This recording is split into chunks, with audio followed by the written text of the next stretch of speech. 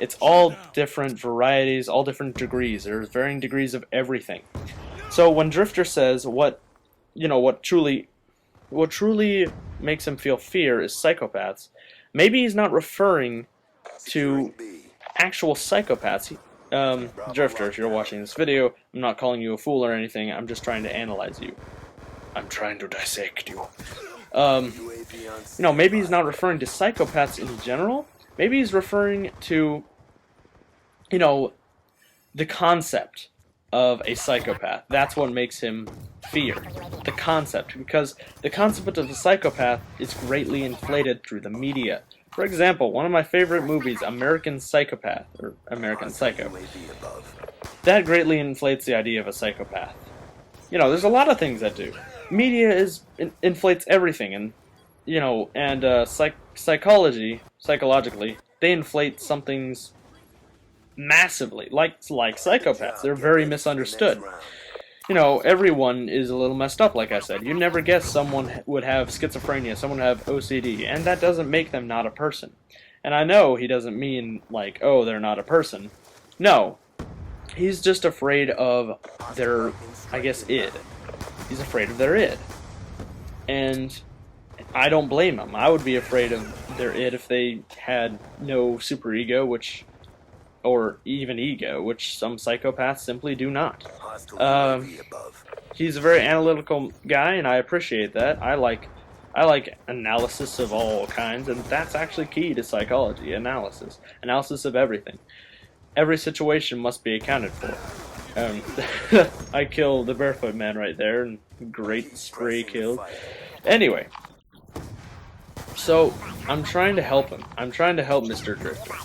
I'm not part of Team Drift. Well, actually, technically I'm his subscriber, so yes, I am part of Team Drift. But I don't belong to his clan, I suppose. I belong to Hush My Darling. Yes, that's a clan. We're a fish. We're a fish now. We're official. Thanks to my buddy Wathan, who you will see his gameplay after Mr. the Barefoot Man. Anyway, I want to help him out. Because just like with any sort of problem, just like procrastinating, the first step to fixing the problem is identifying that you have a problem. What is the problem? How do you confront this problem?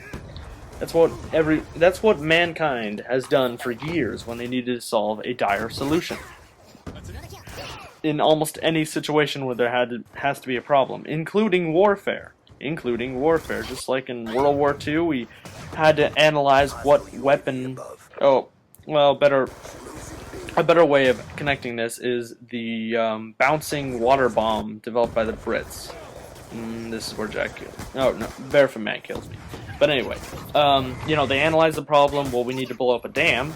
Then they analyzed another problem, and look, Jack not Jack. He's not Jack. He's the Barefoot Man. His real name's Jack, but I don't care. The Barefoot Man was the guy in the window, so I still did pop up. Anyway, now we're gonna watch Wathanator play. So let me just scroll over to him. There he is. Wait, there he is. And he starts his game off with a sniper rifle.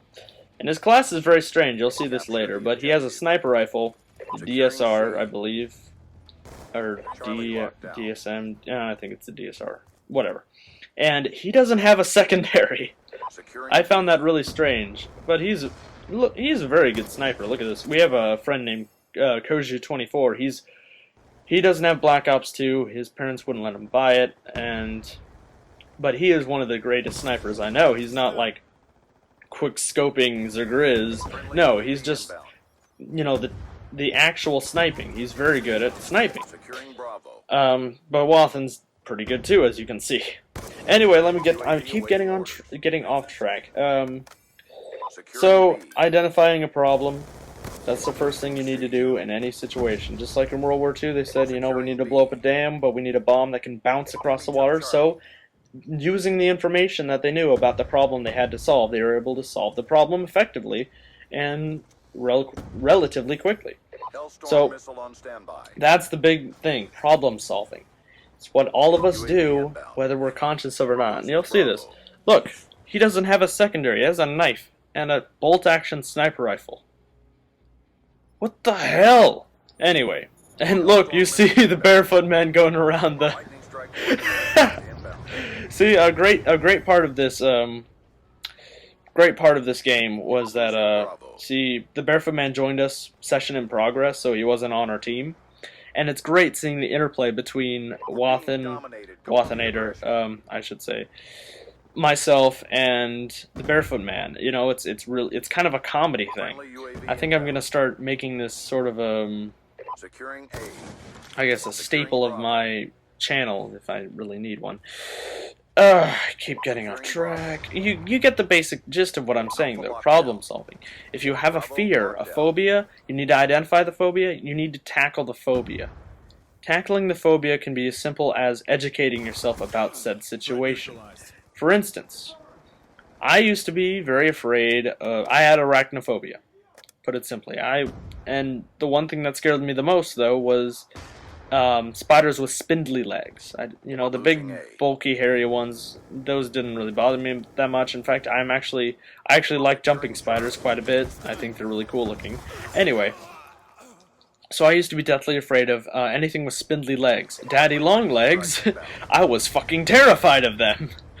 But here's the thing, I don't have that fear anymore. How did I not get the fear? Because I sat down once, and this was at my cross-country team camp, actually.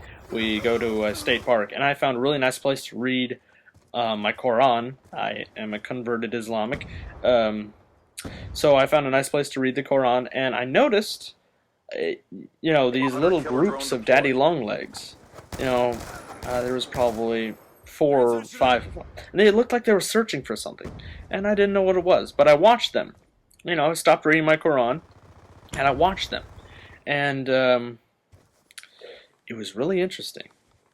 Like, it sounds weird how I'm saying this, but I had such a fear of them that I never stopped and looked at them. You know, I never took the time to say, well, hey, they're pretty cool. And they're the Barefoot Man knifes Wathanator. Alright, so anyway, that's how I cured my fear. I didn't just educate myself on it.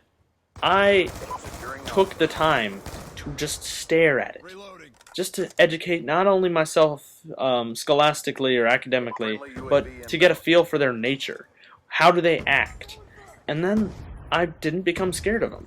You know, they didn't become this fearful creatures that they used to be.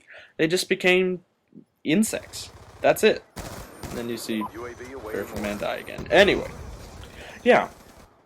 So what I suggest to anyone with fears out there, and it doesn't matter what it is, anyone with fears, go ahead and watch whatever your fear is. Watch it. I mean, for some of these it won't work. Like if you have the fear of the number 13, yes, that is a legitimate fear. I forget what it's called. I don't have my psychology book on me, but if you have a fear of something like an object, well, it almost works with that. You can just stare at the object for a while. And once you realize the object poses no threat, truly, now, you might consciously think this, but the rest of your body, the subconscious, still fears it, often. You know, no one is, you know, of course I knew that the spider wouldn't hurt me, but at the same time I was scared to death at it. That's because, oh, look at this.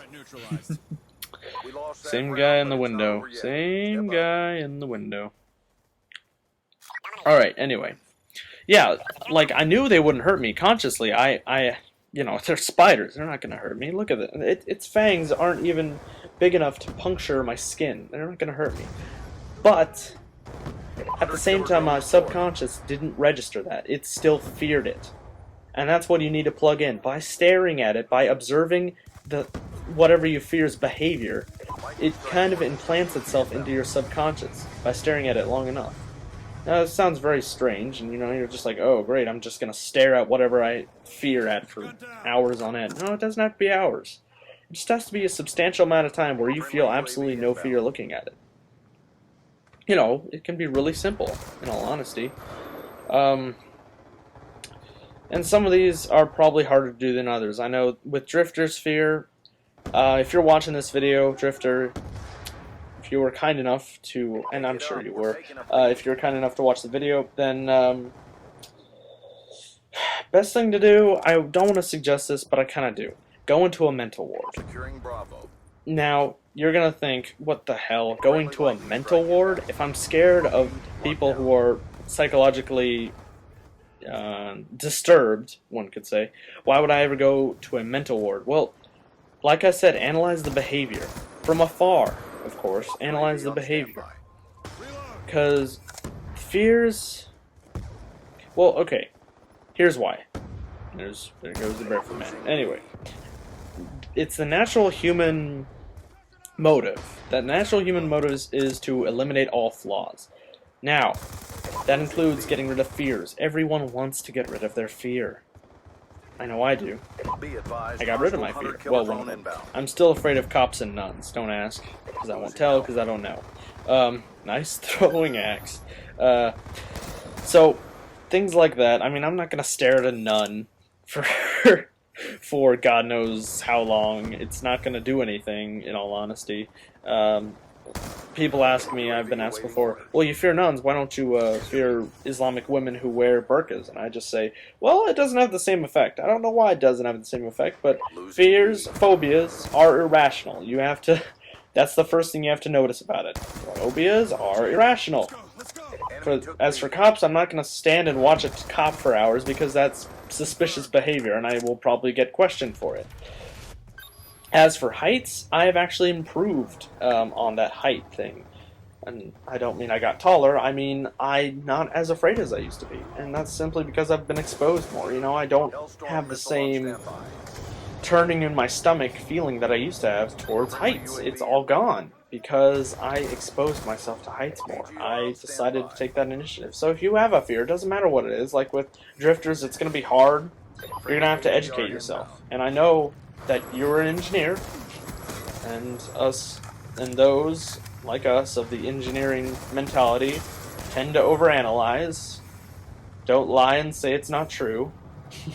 But, and you know, of course, everybody knows, especially engineers know, the importance of education. When you educate yourself about a topic, then you will obviously fare better in said topic. It's you know, you shouldn't even have to question the logic. Just like how Drifter does, you know, you do weapon analysis because you want to get better at the game. You want other people to get better at the game, so you look into the facts and you analyze it and you educate yourself. It's the same thing. When you educate yourself about your phobia, it will eventually get better and possibly disappear. Now, of course, it's not what you're thinking of is not an irrational phobia. An irrational phobia was if you were afraid of people with mullets. No, I don't think you are. Now, a fear of people who are psychologically disturbed is absolutely natural. Our media has ingrained it into us. But that doesn't mean that it can't be solved. I don't have a fear of people like that. I used to, but now I don't, simply because I've learned about it in my psychology textbook, and I've, you know, kind of been shown the light, you could say. I'm not going to say that, but yeah.